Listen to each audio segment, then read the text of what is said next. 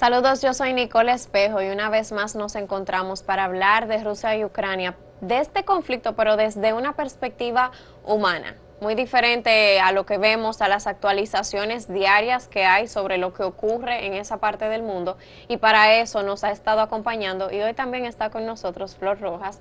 Fue tuvo gran parte de su carrera en el ACNUR, pero también fue directora de la Dirección de Migraciones. Así que, Flor, gracias por estar con nosotros una vez más. Saludos, Nicole. Muchas gracias por la invitación sobre estos análisis que hemos venido haciendo. Pues como siempre, vamos a actualizarnos un poquito con los datos que tenemos hasta el día de hoy y de una vez volvemos para dar inicio a la conversación. Más de 5.3 millones de personas han abandonado Ucrania. Datos actualizados al 27 de abril 2022 detallan que los movimientos de los refugiados ucranianos hacia países cercanos avanzan de la siguiente forma. Casi 3 millones se encuentran en Polonia, 743.000 en Rumanía, 423.000 en Moldavia, 500.000 en Hungría, 360.000 en Eslovaquia y más de 24.000 en Bielorrusia. Se calcula que más de 627.000 personas se han refugiado en territorio ruso, al margen de las 105.000 que ya se movieron con ese mismo destino desde Donetsk y Lugansk. Además de los refugiados que buscan protección en otros países, hay al menos 7.7 millones de desplazados internos. Según los cálculos de ACNUR, unos 13 millones de personas en Ucrania están atrapadas en áreas afectadas por las hostilidades y no pueden escapar debido, entre otras cosas, a la destrucción de carreteras y caminos. Hoy hablamos específicamente sobre organizaciones que trabajan con este tipo de conflictos, específicamente con los fenómenos migratorios, y ahí viene directamente la Organización Internacional para las Migraciones, que viene siendo parte de los programas de la ONU. ¿Qué es lo que hace la OIM, como lo indica su sigla, en este tipo de conflictos? Sí, la Organización Internacional para las Migraciones es como organismo intergubernamental, tiene la misión de trabajar directamente con los gobiernos para apoyar la organización o la conducción de las migraciones de una manera ordenada.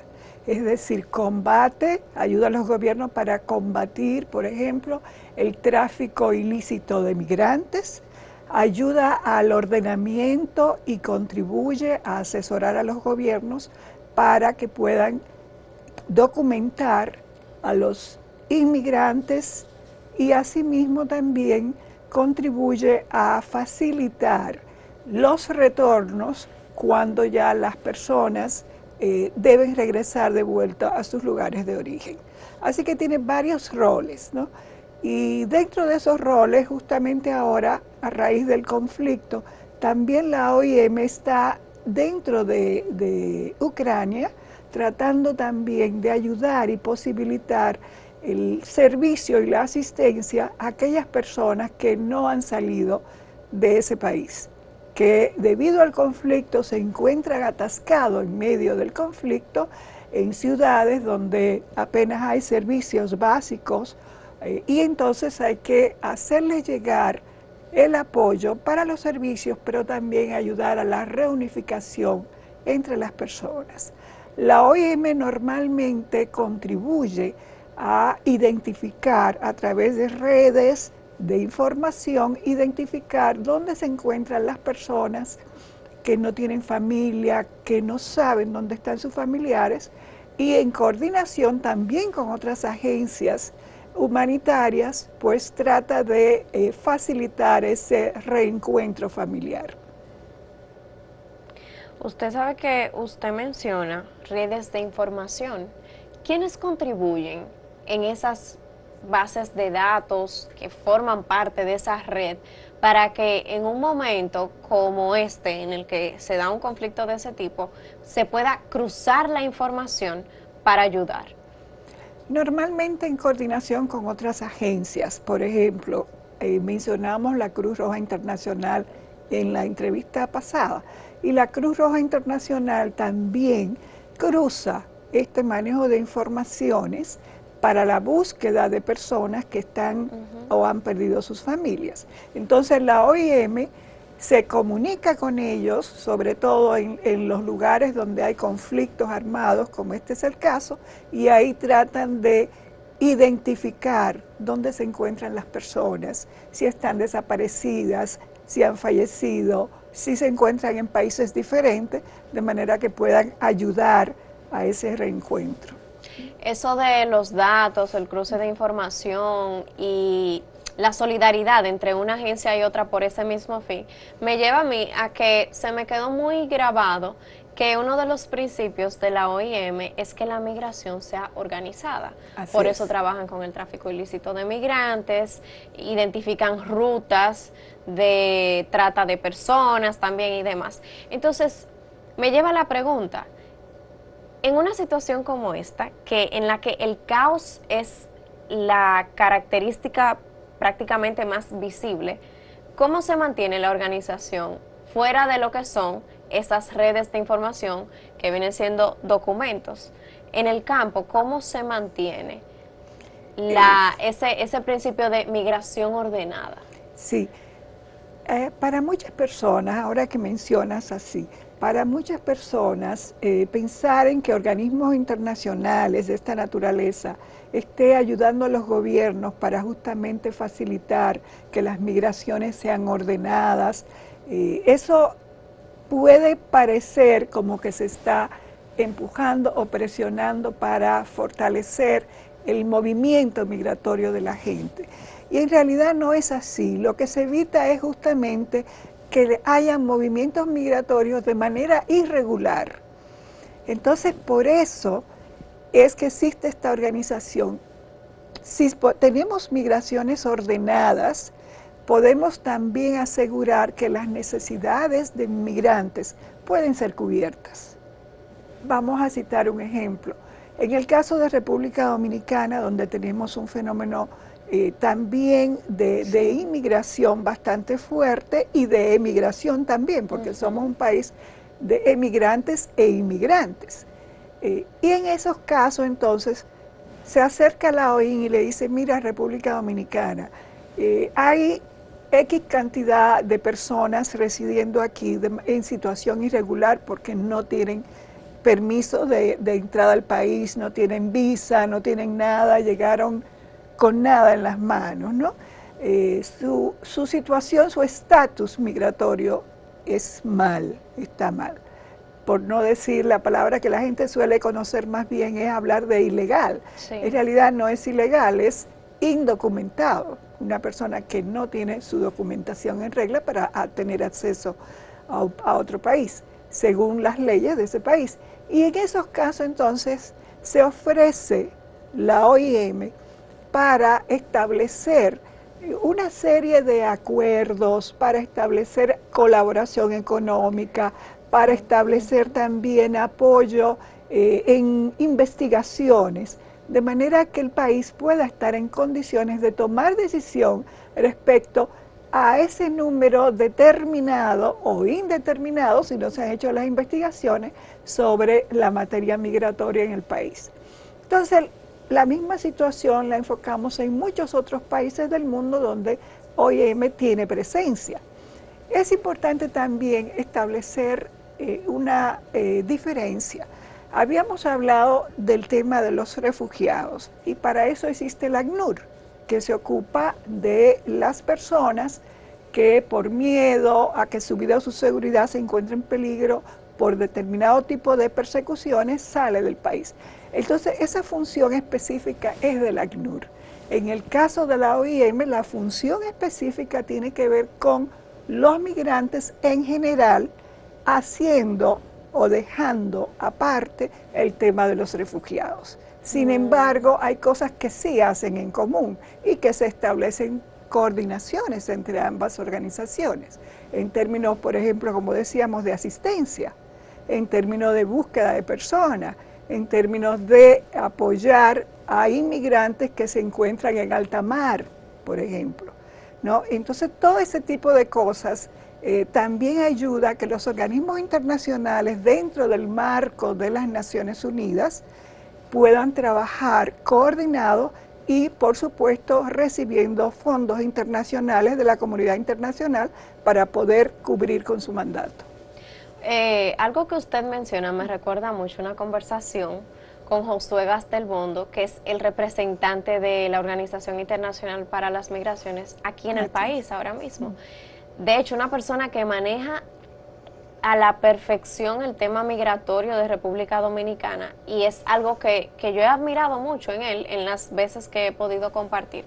Y justamente él nos conversaba en un momento sobre lo que se está tratando de hacer entre República Dominicana y Estados Unidos, viéndonos como un país que también tiene gente que sale de aquí, que no es que solamente tenemos una situación a nivel nacional, porque aquí entran de otra nacionalidad, sobre todo del país vecino, pero los dominicanos también tienen un tipo de migración irregular que no siempre reconoce como tal.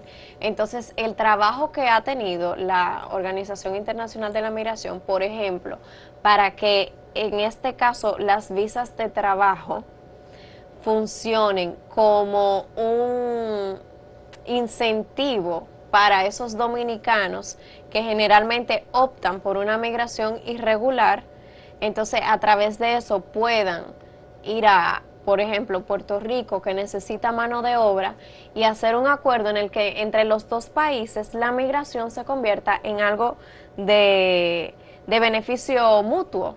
Entonces, el dominicano dando mano de obra, pero también trayendo un ahorro que se puede invertir en el país y que puede dar movimiento a la economía nacional. Ahí yo creo que se complementa esa idea que usted mencionaba de los programas y proyectos y acuerdos. Sí, sobre todo servir de puente entre países. A veces el diálogo entre países se hace bastante difícil y en ese sentido el rol que puede cubrir una agencia como la OIM para discutir temas tan sensibles, Sí, digamos, muy sensibles, como es el tema migratorio, indudablemente que ocupa un buen espacio y puede ayudar, puede ayudar. Sin embargo, se hace más complejo esto en tiempos de guerra. Como decíamos, el rol ahorita dentro de las agencias internacionales humanitarias que están trabajando en el caso de Ucrania, ¿no? Tienen una situación bastante compleja porque tienen, por un lado, millones de refugiados fuera, pero también internamente millones de personas que están desplazadas, ¿no? Y apoyar tanto de un lado como del otro hace que todos esos organismos y agencias internacionales y organizaciones no gubernamentales tengan realmente que trabajar de manera muy estrecha y evitar, como se dice, pisarse los zapatos, ¿no? Porque se puede dar la duplicidad, por supuesto, y puede eso, antes que ayudar, perjudicar el proceso de la ayuda. Ahora, por ejemplo, estamos hablando de los corredores humanitarios, ¿no? Y la semana pasada se había suspendido porque los ataques de Rusia en zonas de civiles no facilitaban que esos corredores siguieran abiertos para posibilitar la salida de los ciudadanos civiles en Ucrania. Sin embargo, bueno, parece que esta semana sí hay una actitud más conciliadora, un poquito, no mucho, para volver a reabrir esas zonas o corredores humanitarios, y ahí entonces el rol de estos organismos para facilitar la salida de la gente que no es parte del conflicto. Ya se nos está acabando el tiempo, pero hay algo que yo no quiero que se me quede, porque a mí me llamó mucho la atención cuando yo vi que parte de la asistencia de la Organización Internacional para las Migraciones con los ucranianos se ha puesto a funcionar como un programa en efectivo, dígase, que a las casas llega dinero a través del correo y las personas se pueden ayudar de eso. Yo tengo la pregunta es muy simple, porque me parece extraño que se dé el dinero en efectivo por la naturaleza de la institución. Entonces, esto en Ucrania viene siendo ya una práctica que se había utilizado en momentos de emergencia o marca un precedente. No, en algunos otros lugares ha ocurrido. Sin embargo, no es una práctica habitual, sino en situaciones excepcionales, cuando la gente, por ejemplo, no puede salir a comprar, no puede ir al supermercado, no puede ir a ningún lugar a buscar medicina, no puede salir por el conflicto mismo. Entonces, se facilita que en vez de que se vayan al banco a buscar esos fondos, el depósito de esos fondos o a un cajero, por decirte, pues que puedan recibir directamente el dinero en las familias, de las familias que reciban ese dinero y que puedan entonces, en el momento que la circunstancia lo permita, ir a realizar sus compras básicas. No es una práctica habitual, pero se ha dado. Y normalmente quienes reciben esas ayudas siempre son las madres, las mujeres que están cargando con el peso y la responsabilidad de cuidar la familia. Entendido. Porque los maridos están, sus parejas, sus maridos, sus hijos, están en combate, ¿no? Están en el conflicto. Bueno, muchísimas gracias por su tiempo, por toda esa información y todas las aclaraciones. Ya por hoy se nos acabó el tiempo, pero ya continuaremos con otra conversación tratando de humanizar un poco lo que sucede en las tierras de Rusia y Ucrania en este momento y que nosotros, aunque estemos lejos, estamos ya conociendo los efectos.